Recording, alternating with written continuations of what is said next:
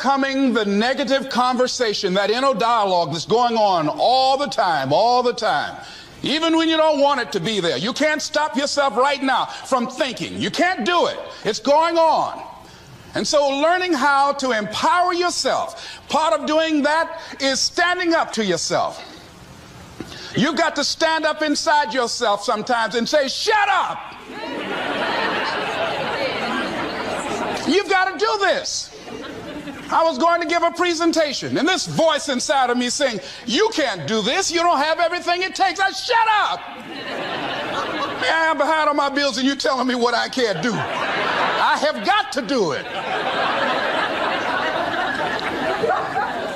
You get scared sometimes. Your mind will go blank on you. Some people you will allow to unnerve you. And you wonder, what's wrong with me? I'm not crazy. That's why you've got to learn to make a conscious, deliberate, determined effort to stand up inside yourself. Working on yourself, watching that inner dialogue, it will determine the quality of your life. So I say to you that there is a Mother Teresa in you. There's some work for you to do. I say to you that there is a Nelson Mandela in you, that kind of commitment, that kind of spirit, that kind of personal power, that kind of vision of allowing yourself to be used by life is in you, that all of us came here to do something, to make a difference. And in a historical context, the world will never be the same again because you came this way. Anytime somebody asks me how I'm doing, I say I'm doing better than good and better than most, and sometimes even better than that. Let me tell you where I got that from. When I was involved in broadcasting, I used to have the first hour of my show as a disc jockey in Columbus, Ohio. I used to give an inspirational program. And there was a lady that used to call me by the name of Audrey Pelmore. Audrey worked at University Hospital. Audrey was an enthusiastic personality that everybody liked her. I mean, she had a radiant smile, and she was just one of those people. You ever meet one of those people that everybody just liked them? She was one of those kind of folks. Audrey became stricken with muscular sclerosis at a very young age.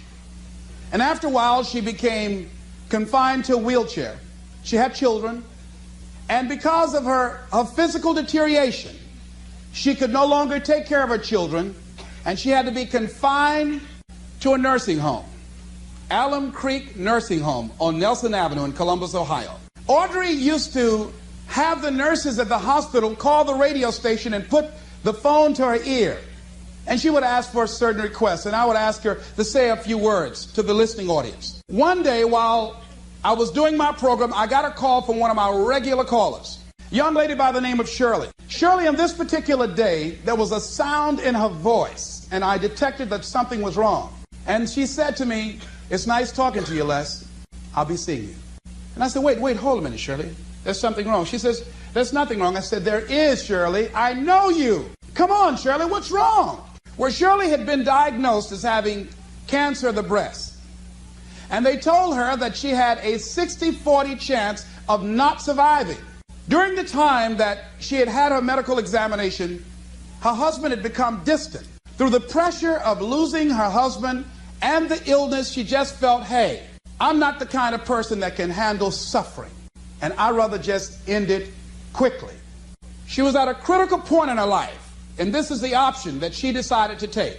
I did everything I could to discourage her, to give her a reason to want to go on living. I was trying to find something that she can hold on to that would give her a sense of hope, some thread. And I used scripture and everything. And one of my fallback positions, Lord, grant me the serenity to accept the things that I cannot change, the courage to change the things that I can, and the wisdom to know the difference. And she didn't budge. That did not work. And I was out of my arsenal of what can I do to hold on to her, to get her to change her mind, to create a shift in her thinking. And the thought came to me. I said, "Shirley, could you wait until tomorrow?" She waited for a long time before she answered. She said, "Why tomorrow?" I said, "Because if you wait until tomorrow, I'd like to take you by to see Audrey Pelmore. You remember Audrey that I talk about all the time on the air?" She said, "Yes, I like her. I would like to meet her." And she met me at the Alum Creek Nursing Home. And when we got there, we were both very silent because I'd made a pact with her that if this was not enough to discourage her from taking her life, then I would honor our agreement and I would just release her. And I was going to talk to somebody else to try and get her. I didn't tell her that. As we walked down the hall, I did not know exactly what to expect. I had not seen Audrey for some time. When we walked in the room, there Audrey was, all twisted and physically deformed. She had no voluntary use of her arms. She couldn't even fan a fly out of her face. She couldn't get up and move around. And we had to get close to her because her vision was blurred and she can't speak very loudly. And her hearing was somewhat impaired. And as we drew closer to her, I said, Audrey, this is Les. And I have a friend with me named Shirley. How you doing, Audrey? And with what strength she had, she said, better than good and better than most. And Shirley, I know as the tears began to form in her eyes, I know she had to be thinking that here this woman is.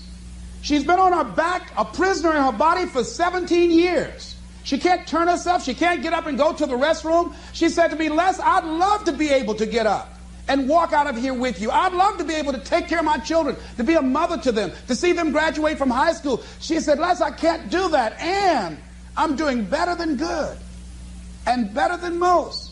Shirley had to be saying within herself, what right do I have to feel sorry for myself? What right do I have to cry out, why me?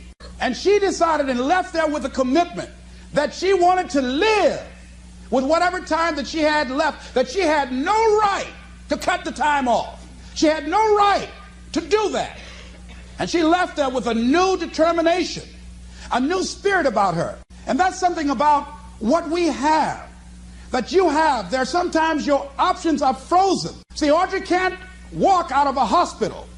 She did not have the capacity to take care of her children, but she had a freedom of spirit. And that's what we have wherever we are, with whatever hand that life has dealt us. We have the freedom of spirit.